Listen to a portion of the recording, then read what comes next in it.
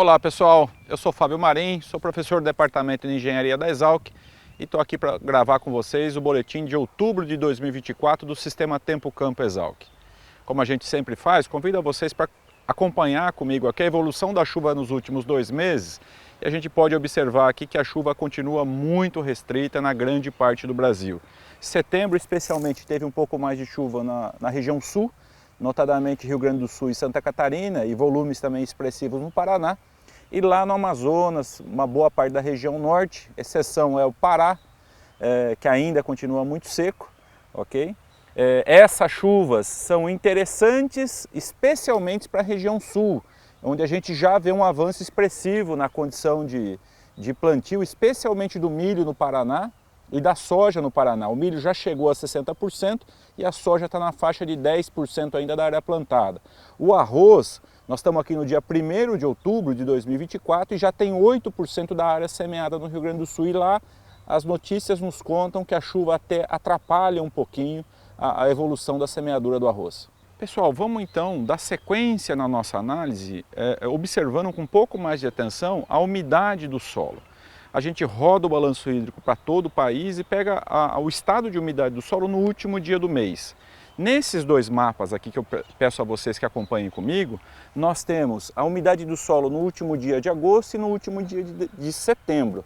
Tá? E a gente percebe que a condição está num nível intermediário para boa no sul do Paraná, Rio Grande do Sul e Santa Catarina, e o resto do país está ainda com umidade muito baixa.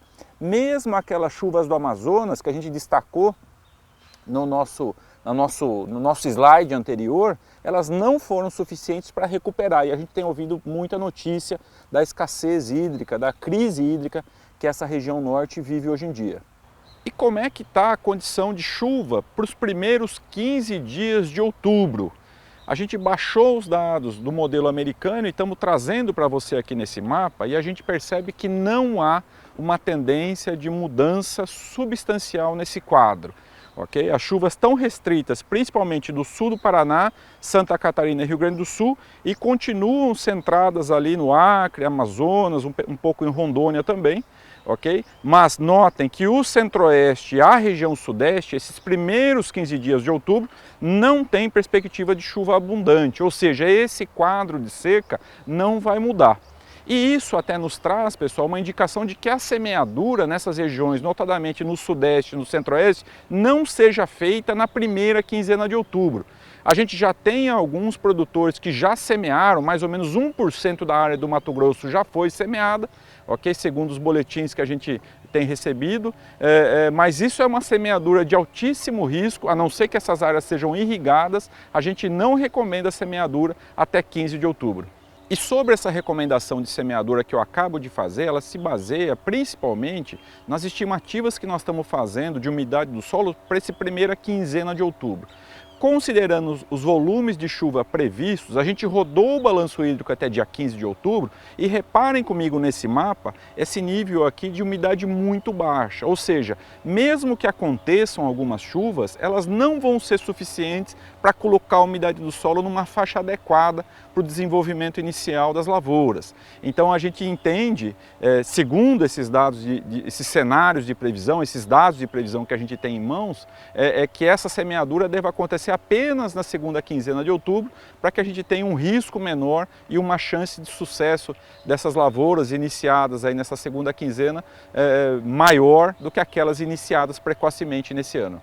Se a gente agora quiser ter uma visão mais geral do mês de outubro como um todo, observem comigo esses dois mapas aqui, como a gente sempre faz. O mapa da esquerda é o mapa brasileiro, o mapa da direita é o mapa americano, e percebam que eles indicam, com exceção da região sul, e aí incluindo São Paulo e Mato Grosso do Sul, notadamente no mapa da esquerda, que tem essa parte azul, ok? As chuvas em toda a região centro-oeste, nordeste e norte do Brasil devem ficar abaixo da média. Isso reforça essa tendência de que a semeadura seja feita apenas, principalmente no centro-oeste, que a semeadura seja feita apenas na segunda quinzena, porque a probabilidade de chuva nesse mês ainda é baixa. Para os produtores do sul do país, a condição já é diferente. A gente percebe que a tendência de avanço da semeadura, especialmente no Paraná, eles já perceberam essa condição mais favorável e estão se aproveitando dessa situação.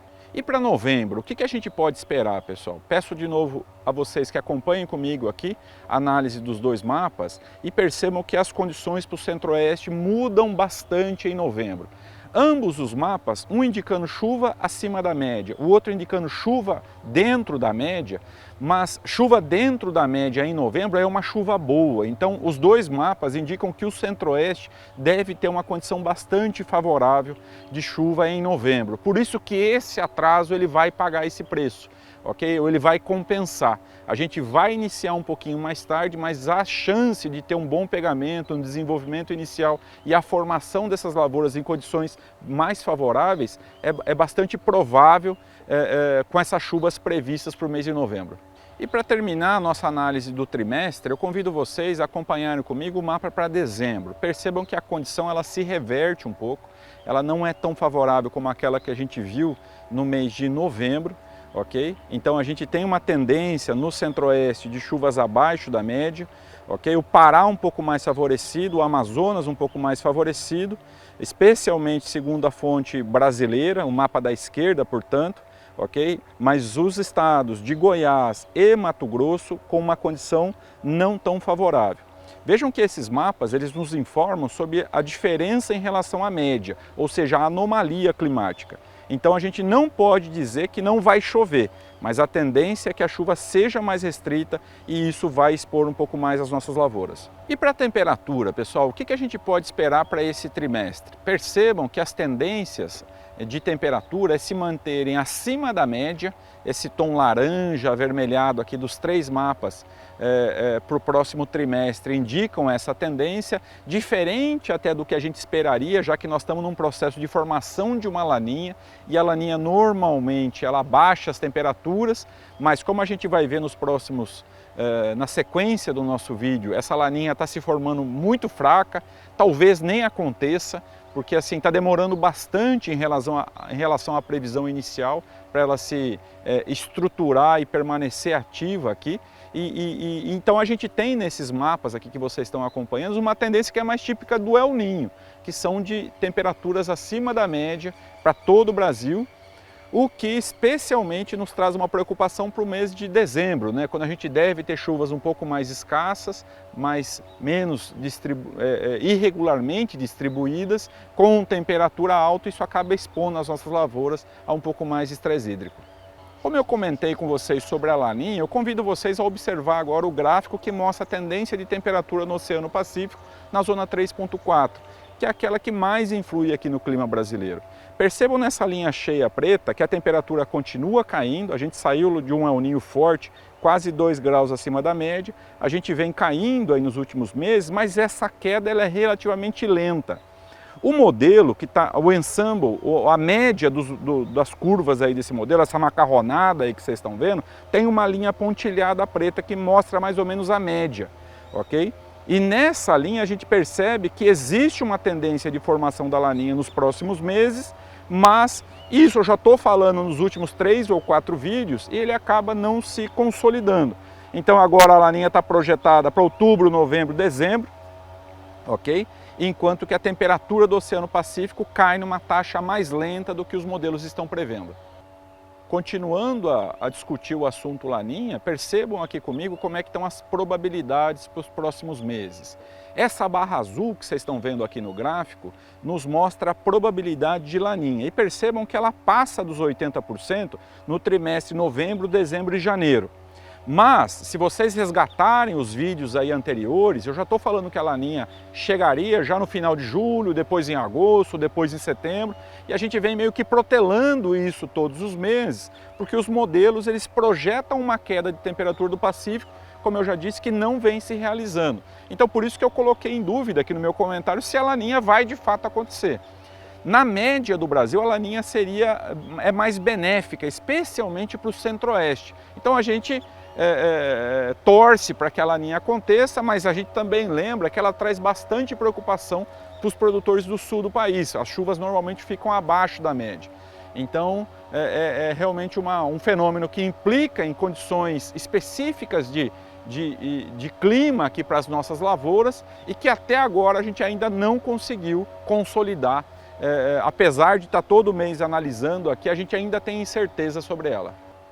Pessoal, para terminar o nosso vídeo, eu queria fazer apenas um pequeno comentário para ilustrar um aspecto interessante desse início de primavera que a gente vive aqui no mês de outubro, que são as temperaturas normalmente muito altas.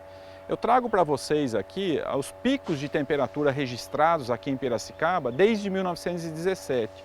E a gente percebe que é natural nesse início de primavera que as temperaturas máximas, ou seja, aquelas temperaturas que são registradas entre 2 e 3 da tarde, elas atingem picos muito altos. Eu peço a vocês que reparem aqui no gráfico, no mês 10, que é o mês de outubro, Piracicaba já registrou uma temperatura de mais de 41 graus. Então, não tem nada de anormal a gente ter uma primavera que no início dela é bastante quente.